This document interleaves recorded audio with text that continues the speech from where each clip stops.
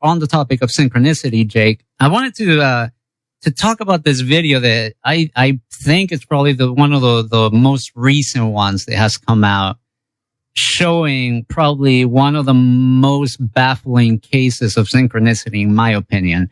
And I believe it's by the YouTube user. He just goes by, this is all in caps. It's just C, space, and another letter C. So CC.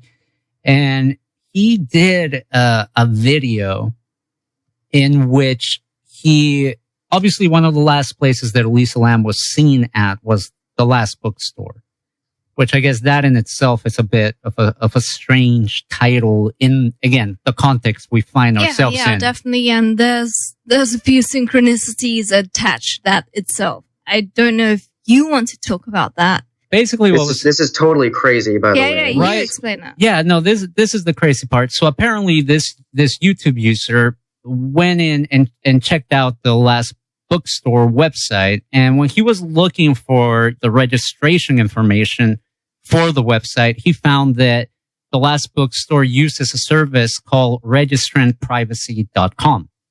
Basically, what all this does, it just keeps, as the name says, your information private. I get it. You want to keep certain information private, especially if it's your business. So the last bookstore apparently uses this service, registrantprivacy.com. He went there and he found that the last bookstore has a mailing address. And this mailing address is in Canada. Specifically, it's a P.O. box in Burnaby, British Columbia.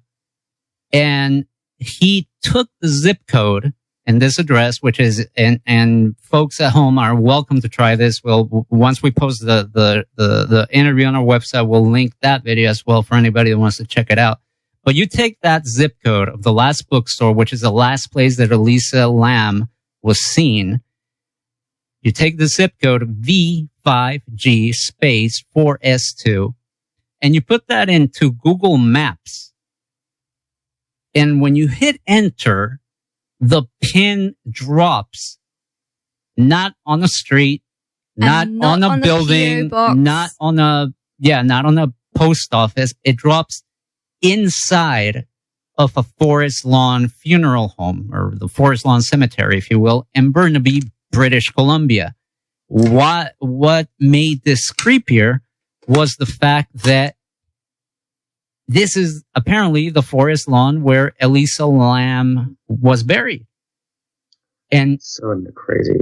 And it's so strange and it's so bizarre. Now, he went a step further and he looked up the P.O. box address, and the post office box is a very short distance from the cemetery. Now, what's interesting is that the P.O. box has a different zip code. And when you plug that zip code into Google Maps, it actually shows you the area that P.O. box covers, including the cemetery. And then he goes back and puts the zip code found on the registration for the last bookstore, and it takes him back to this one pin inside the Forest Lawn Cemetery. And I remember when I watched that, I was like, wow, this is something else. How do you take that, Jake? Is this just a really, really big coincidence? That was another slap across the face to logic. It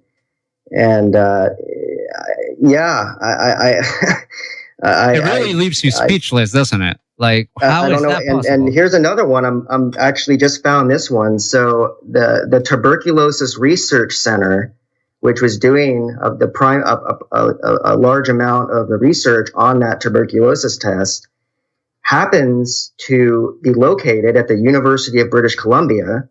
Oh, what? Which is where Elisa Lam went to school. Whoa. Yeah.